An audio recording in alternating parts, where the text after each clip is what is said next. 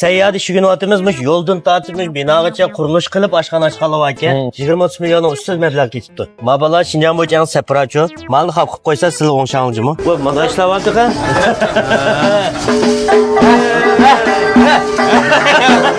Mavo datçağın tanıyım hemen. Bu şu kişmişlik barağının ağzıda rişal çalattı. Kişinikine tırpan sokup ketkenim heyke dapçı oldu.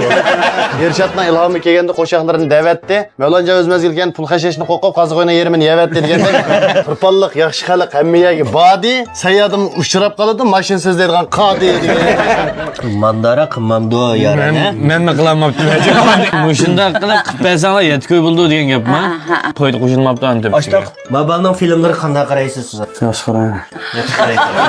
Rastke kılıncım hem de atıp oğullarınızdan aldı diye kan gitsin. Filmlerin loben görüp kalan gidip yürek su var.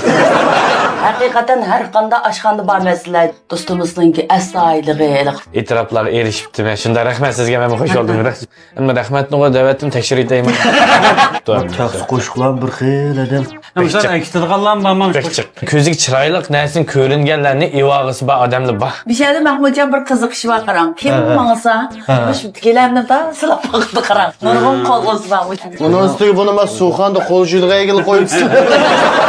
Juangshunimi yomon yaxshi qilibsizlar, ammo Juangshipingga bek kuchapsizlar, jama. Ben üzem layılık. Agilami yomon chiroyli chiqibdi uni. Güzel yasını alanmama kuruluşunu.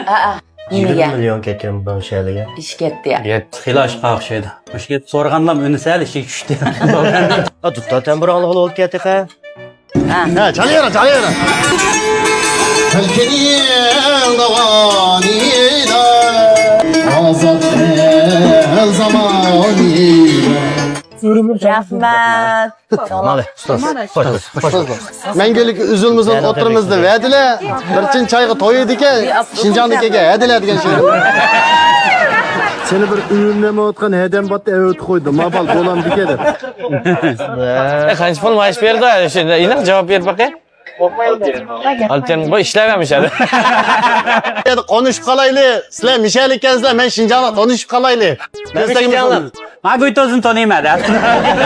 Siz mushadan tartibsiz qildingizmi o'zingiz? Heylans çoğu maşallah kep kas maypulun tölemizle bir şey.